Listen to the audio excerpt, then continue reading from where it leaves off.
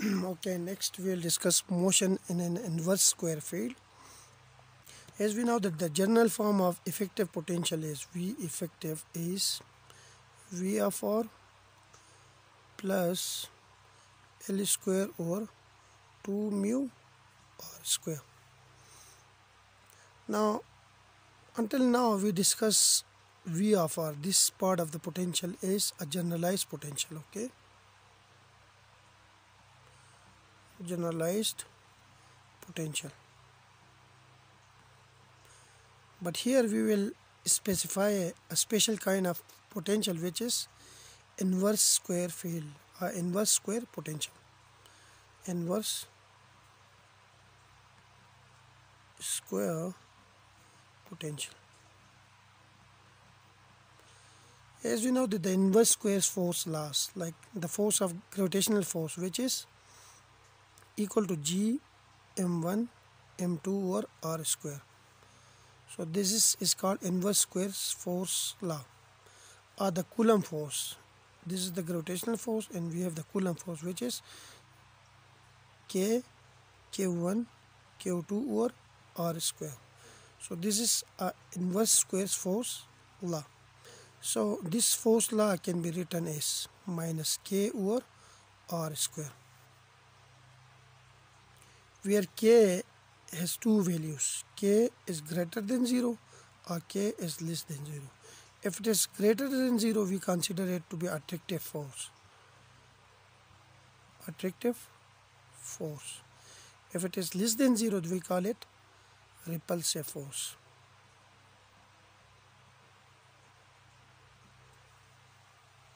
Now, if this is the force, then the corresponding potential will be minus K over R, which can be calculated by using this relation. F is equal to minus partial V over partial R. So this is the inverse square force field, or this is the inverse square potential. If we put this relation in the effective potential, then the effective potential will be minus K over R plus L square over 2 mu R square. So we will plot this potential, and the graph is shown here. On this side we have the distance R. On this side we have the distance R, and on this side we have the effective potential. Now if we plot this part of this effective potential, we got a graph like this, which is shown here, which is L square over 2 mu R square. And if we plot this part of the potential, we have the graph look like this. This is for this part, and this is for this part. If we combine these two plot, we get the resultant plot, which is shown by this solid line. Like the whole equation will give us the potential, effective potential, which is given here, which is the sum of this one plus this one. Now here the graph comes from this part, because this part dominates the effective potential, because L square or 2 mu R square falls off with 1 over R square, so it is a large slope here. And similarly minus K over R falls off with 1 over R. At small r, the effective potential will be dominated, like at small r, if r is smaller, the effective potential will be dominated by this term. At large r, the effective potential will be dominated by this term. So we have a shape like this.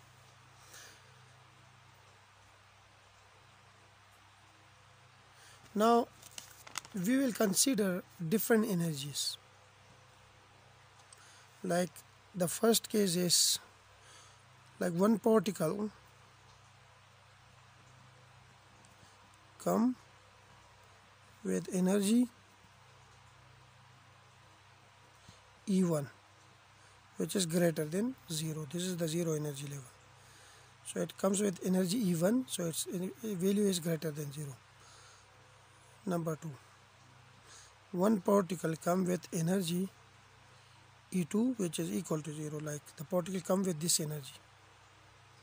And one particle come with energy E3 which is less than 0. E3 is this one, like this particle come in this with this energy which is less than 0. And the fourth case is one particle come with energy E4 which is less than E3 which is less than 0. We will consider these 4 special cases now. Now we will consider the first case when E energy E1 is greater than 0. Now if it is greater than 0, the particle comes, get closer to the force field and reach to R1. This is R1. Okay. And here we have this R2. Here we have R3. Here we have R4. Here we have R5. This is R5. Now energy is less than 0, greater than 0, and we have a relation for the eccentricity which is equal to 1 plus 2E L square over M K square. If the energy is greater than 0, then the value of eccentricity will be greater than 1. So the eccentricity is greater than 1, so the orbit should be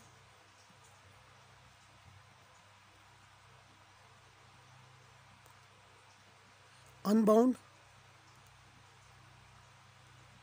An unbound orbit with eccentricity greater than 1 is a parabola. So it means that the particle comes from infinity, get closer to the force field to R1 and go back. So this R is equal to R1 and this is called parabola.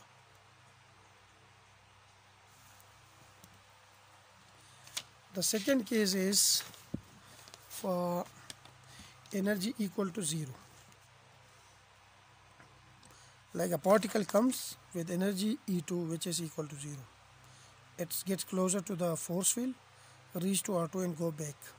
So in this case E2 is equal to 0, so the value of eccentricity which is 1 plus 2E L square over mu K square. If E is equal to 0, then the eccentricity will be equal to 1. So the path of the particle will be an unbound orbit. An unbound orbit with eccentricity equal to 1 is called parabola.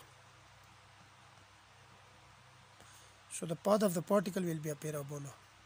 Here we have R2.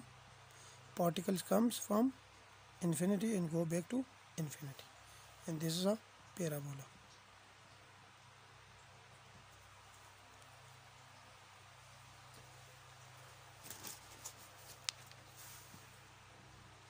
The next case is for energy. Third case is for energy E3 which is less than 0. Like the particle comes with energy E3 which is less than 0. So the particle is somewhere here which is energy E3 which is less than 0. So again the particle come here, move in this way, reach to this R3 and scatter back to R4, and at R4 scatter back in this way. So this is a closed orbit. And we know that if E3 is less than 0, then the value of eccentricity will be less than 1. If we put the value of energy here, then we get eccentricity value which is less than 1. And this is a closed orbit, because the particle moves between these two distances R3 and R4. It cannot escape this potential barrier or this potential, because potential is higher than this energy. So it means that the particle with is moving in a closed orbit, and closed orbit with eccentricity less than 1 is called ellipse. So it means that the path of the particle is like this. So we have the force field here. Here we have R3, and here we have R4.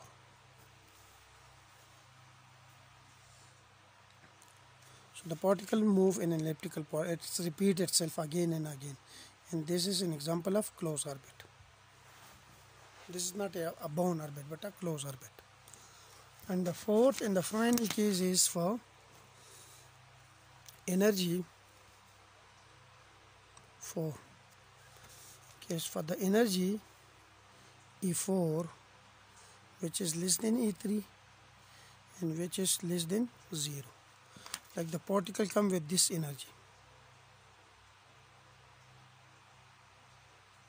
Now this energy, which is equal to the minimum potential, so the derivative of the potential, if the potential is minimum, then the derivative of the potential with respect to distance will be equal to 0 at R is equal to R5. And from this, if we differentiate the effective potential and we put it equal to 0, then we get the value of energy E4, which is minus mu k square over 2L square. If we put this value of energy in the eccentricity, which is 1 plus 2E_L square over mu k square, we get 0. Now the eccentricity, if the value of eccentricity is 0, then we have a circle. For a circle, the eccentricity is 0. So it means that the particle move in a circular orbit with radius R5, or with radius R is equal to R0. We call it, this radius is R0. So this is all about inverse square field, motion in an inverse square field. So, and this is the graph, and we have 4 different cases: in a particle moving with an energy E1, particle moving with energy E2, particle moving with energy E3, and particle moving with energy E4. And I will not consider this case because there is no motion, because particle can't feel any force field. The force field is like this. The potential barrier is somewhere here. In this way, there is no motion. So this is all about motion in an inverse square field. Thank you.